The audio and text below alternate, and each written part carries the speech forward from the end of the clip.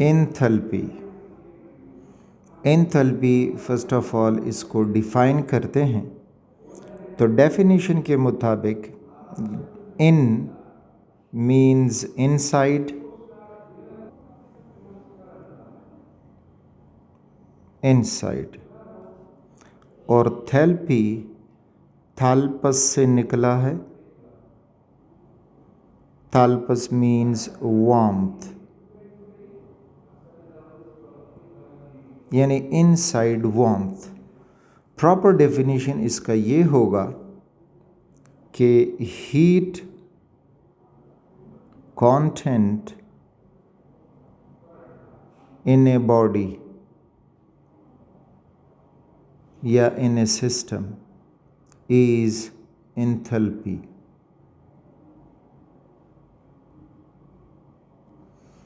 एक जिस्म के अंदर जो हीट होती है वो किसी भी फॉर्म में हो तो वो हीट एनर्जी किसी भी फॉर्म में हो तो वो कहलाती है enthalpy.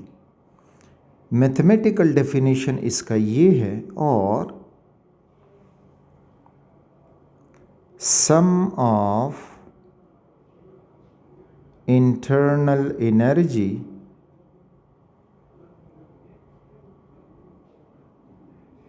and product of pressure and volume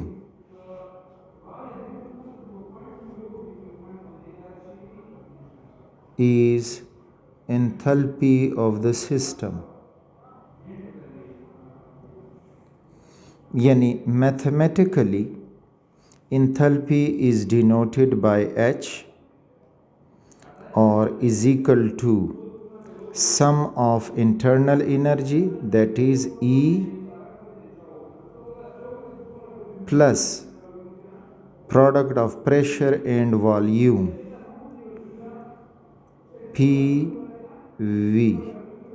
तो ये हुआ मैथमेटिकल फॉर्म ऑफ एंथैल्पी। जो भी बॉडी होगी, फॉर एग्ज़ाम्पल हम कागज़ जलाते हैं तो उससे भी हीट निकलता है, तो ये हो गई enthalpy of combustion in the paper. इसी तरह अगर हम लकड़ी जलाते हैं तो उससे भी हीट निकलता है, पेट्रोल, डीज़ल वगैरह।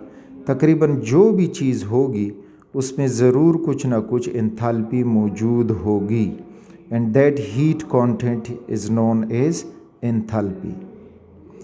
अब एंथैल्पी भी स्टेट फंक्शन है, it is a state function.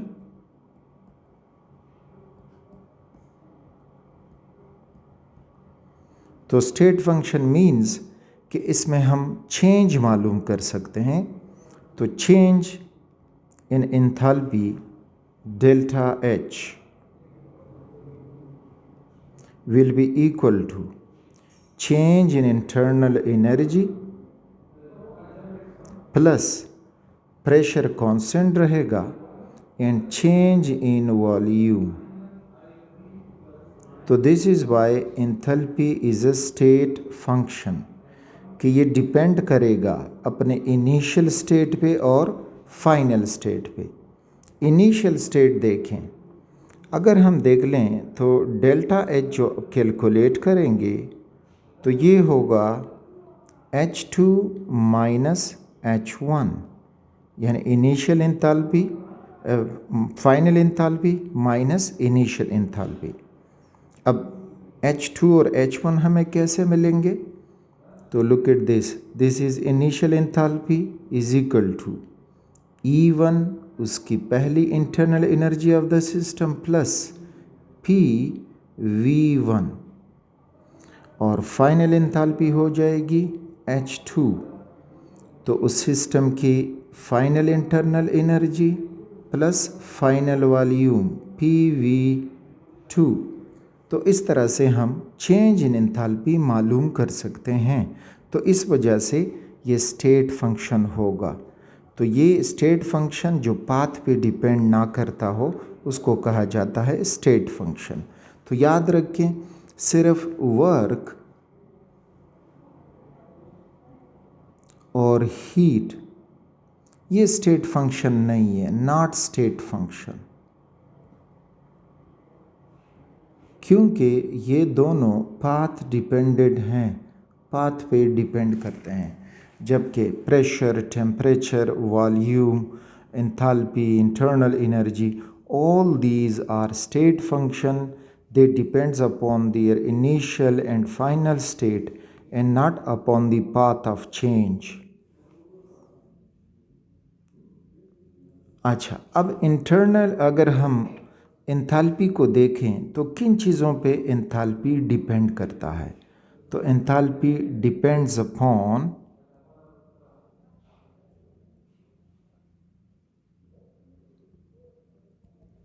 Number 1 state,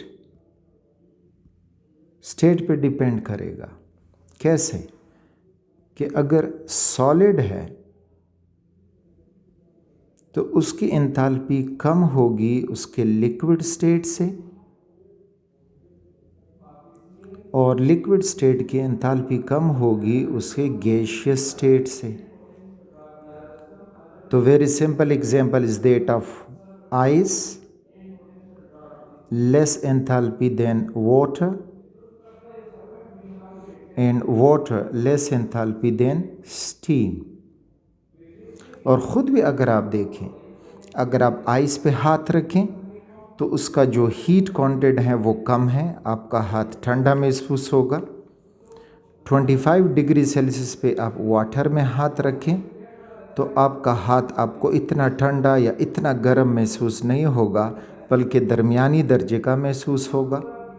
steam में अगर हाथ रखेंगे तो रिमेंबर कि ये आपके हाथ को जला पाएगा, क्योंकि उसके अंदर जो हीट कंटेंट है वो ज़्यादा है। तो ये इस तरह से आप समझ लें कि एंथैल्पी ऑफ आइस यानी heat content in ice is less than heat content in water in less than heat content in steam. दूसरा, टेम्परेचर का पूछा जाए तो temperature is directly proportional to enthalpy. यानी अगर आप टेम्परेचर बढ़ाएंगे तो एंथैल्पी भी बढ़ेगी। वो इसलिए कि टेम्परेचर बढ़ाने से एंथैल्पी जो है वो H = E+PV, तो इंटरनल एनर्जी में फ़र्क आएगा, बढ़ेगा, और साथ में वॉल्यूम भी बढ़ेगा, तो आपको ऑटोमेटिकली एंथैल्पी भी ज़्यादा मिलेगी। इसी तरह टेम्परेचर कम करोगे तो इंटरनल एनर्जी कम होगी, साथ में वॉल्यूम भी कम होगा, क्योंकि टेम्परेचर और वॉल्यूम का डायरेक्ट रिलेशन होता है, तो नतीजतन एंथैल्पी भी कम होगी।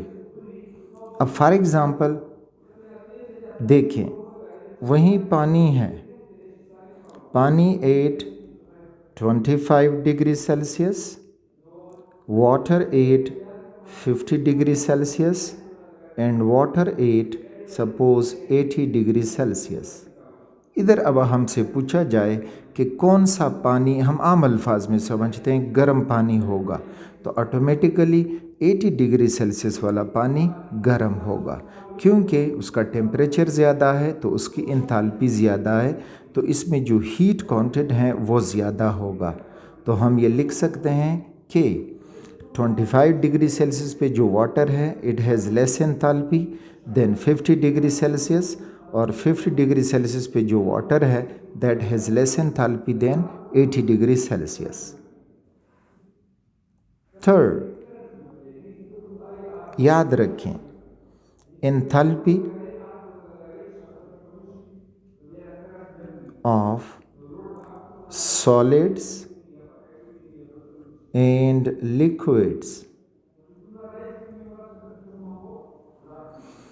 सॉलिड और लिक्विड की एंथैल्पी बच जाती है change in enthalpy = change in internal energy, यानी इनके साथ वो प्लस P डेल्टा V नहीं होता। क्यों नहीं होता?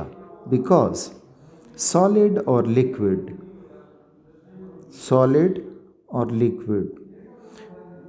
दे resist a change in their volume, या इनका वॉल्यूम चेंज नहीं होता, कांस्टेंट रहता है। So delta V is 0 in solid and liquids. तो हमें मिल जाएगा कि change in enthalpy is equal to change in internal energy plus P delta V. तो अब डेल्टा वी इनमें जब ज़ीरो होगा तो change in enthalpy, change in internal energy plus P multiplied zero. So we got कि change in enthalpy is equal to change in internal energy only when there is a solid or liquid under consideration. जबकि gases में volume change होता रहता है तो इस वजह से उनमें डेल्टा वी जो है वो ज़ीरो नहीं रहेगा. तो ये था एंथैल्पी कि एंथैल्पी होता क्या है और किस तरह हम इसको मेजर कर सकते हैं. अब एंथैल्पी से रिलेटेड कुछ छोटे छोटे चीज़ें जो आगे जाके हम इसमें डिफ़ाइन करेंगे तो वो standard enthalpy change, enthalpy measurement, फिर enthalpy of neutralization, enthalpy of combustion, enthalpy of formation, enthalpy of lattice energy etcetera etcetera. तो सारी चीज़ें हम आगे डिटेल से समझेंगे मुख्तलिफ़ एंथैल्पीज़ को कैलकुलेट करने में.